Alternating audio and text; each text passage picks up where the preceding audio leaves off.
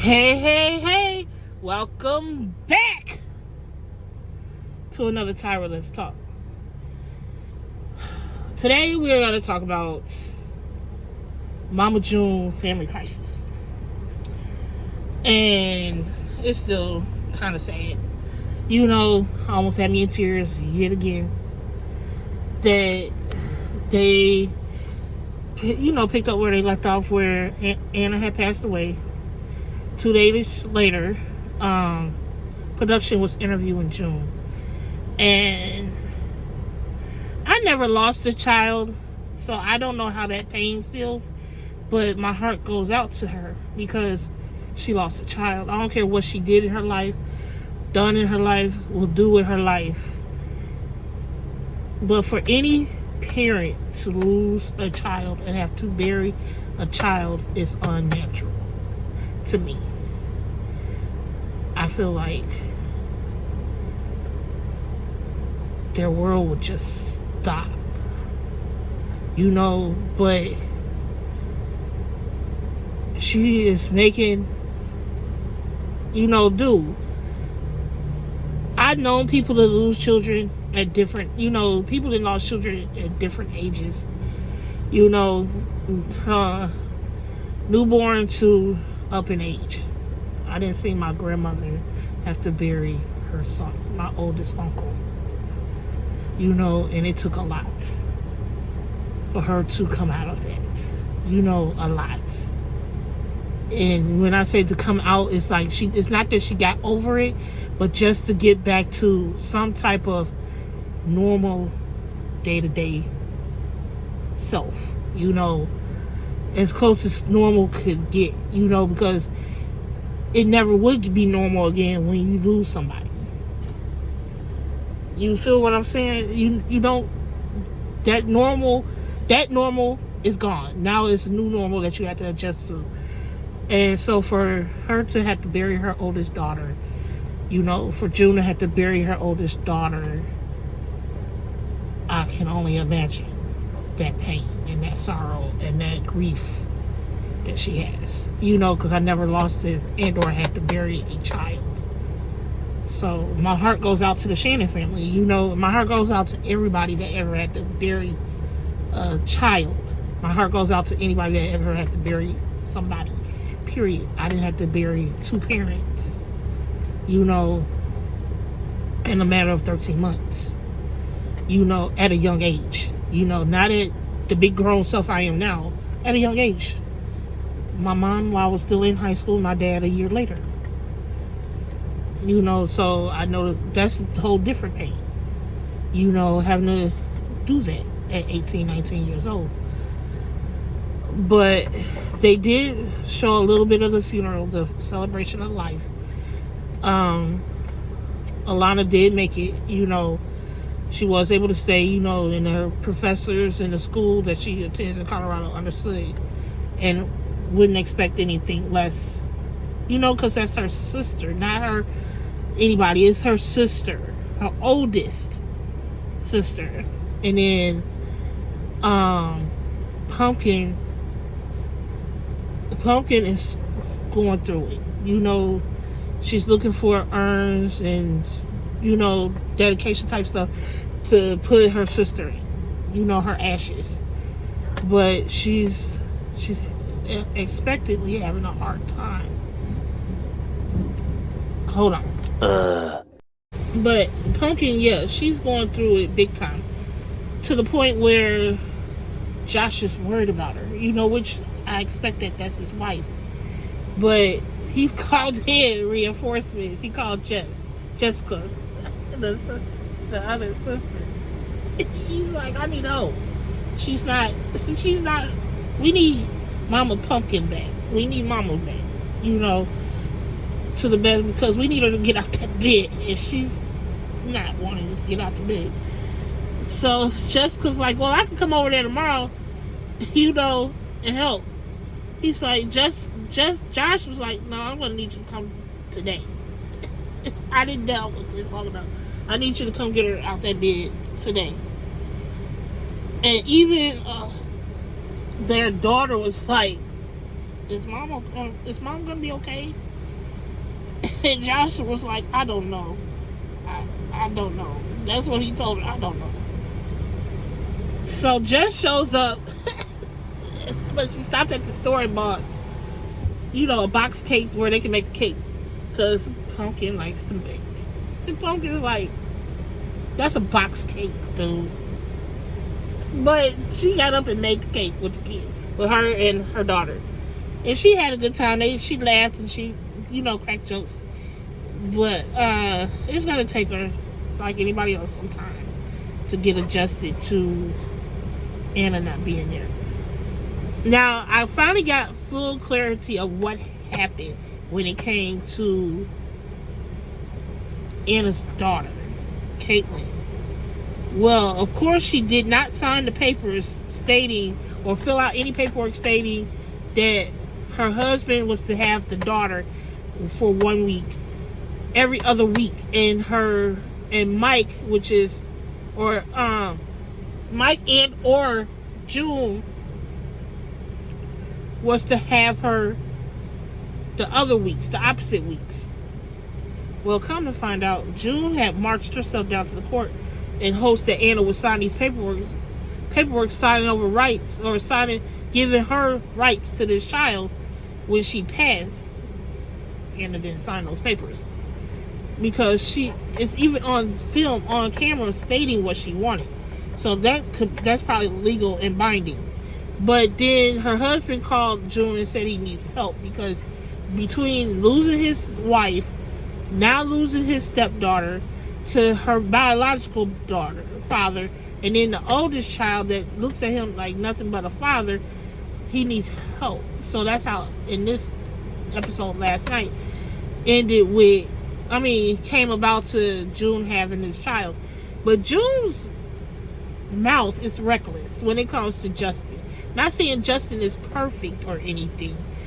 I'm not saying that. He's human like the rest of us. We all do messed up stuff or whatever. Say something that we shouldn't have said, or did something we shouldn't have did. We all done that and do that. Now, but just the argument stemmed from the June and Justin argument in the episode stemmed from June told the child to get up and take her stuff in the room, take a shower, and get ready to go to bed. And that's what you're doing. She refused to eat the dinner because she said she didn't like how she seasoned the food. Like, she used too much seasoning compared to her mom. Like, whatever. Didn't taste good to her. So, and she's going to go in the room like June told her to. She asked Justin, could she have some ice cream? Well, Justin said that, yeah, you can have some ice cream after you do what you were told to do. Basically, he's not telling her not to do what June told her to do. He's just telling her she can have ice cream once she does it. June blew up. June's like, no, she can't. She didn't eat dinner. This, that, and the third. And basically, she did pretty much tell the child, you don't listen to him. You go and do what I told you to do.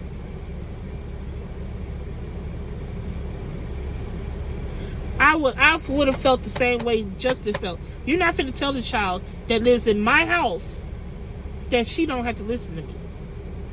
Now, if that was something you felt like you needed to say, that's something you would have said to me, not this child. And you would have said it when she's not around. Because I would have waited until she was in the room, in the shower, whatever she was going to be, where she wasn't in earshot. Would have been like, look here, Justin.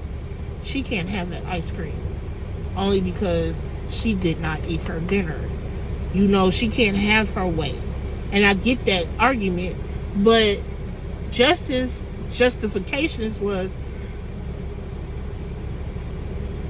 I didn't say she could have it right now. I said when she does everything you told her to do just now. And she can get the ice cream. It wasn't as a reward. It was because she didn't eat dinner. She has to have something. But she has to do this to get that, But to tell her she don't have to listen to me at all, that's not kosher. And then this episode ended with June getting papers served to her. That's it.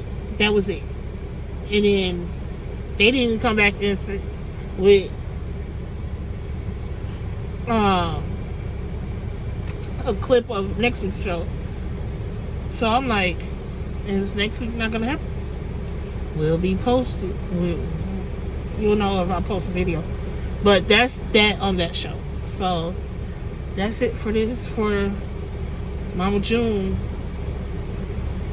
You know, because her mouth is getting reckless. You know, she even told Justin that that door works the same way it worked when you came in here. There's the door, you can go. And I'm like, Justin, you can't keep telling me I can go. You can't just keep telling me to leave because you don't like the outcome of some of the stuff you say. And I feel just like Justin does a lot of the stuff like what's portrayed on TV. Okay, you know, I have to keep telling myself that's something that may just be portrayed on TV. Maybe she does do stuff and it's just not shown on TV. But Justin is always doing either yard work, housework, you know, cleaning, running her around town, you know, because June can't see. She's legally blind, meaning she can't drive. She will always have to have somebody take her somewhere because she can see, like, right here. Maybe from where I'm sitting at now to the phone. And that's stretching it. Now, she was looking at the phone like I'm looking at the phone. Recording, that's probably different. And she could probably see it. But if it was words and text messages that was the size of the clock ticker that's on my phone right now, she wouldn't be able to see that. You know, like, you see that building right there? Right there? She probably wouldn't be able to see that in the camera. Even though I can see it, I can still see it. You know, I'm not legally blind. I'm not, but I can still see it. But she can't see it. But I haven't seen her. Justin said that only thing you do is the occasional cook a meal here and there. But he told her, and I feel her, since she don't have to do nothing I tell her to do, and she don't have to pay me no mind. I'm not gonna pay you no mind, and from here on out you do your own laundry. It's in the basket next to her. I'm gonna die. Because every episode he's doing some type of laundry when they're at the house. I'm like, dang, how many rant. That was a purity rant. But I hope, like I said, outside of that, I don't have kids, biological kids. I have God kids, yes. And honestly, I would be devastated if something happened to them. You know, they may not have came out of me, but they might.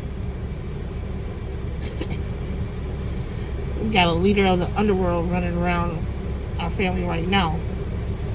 Half pint. Not even 2, but you would think she's 32.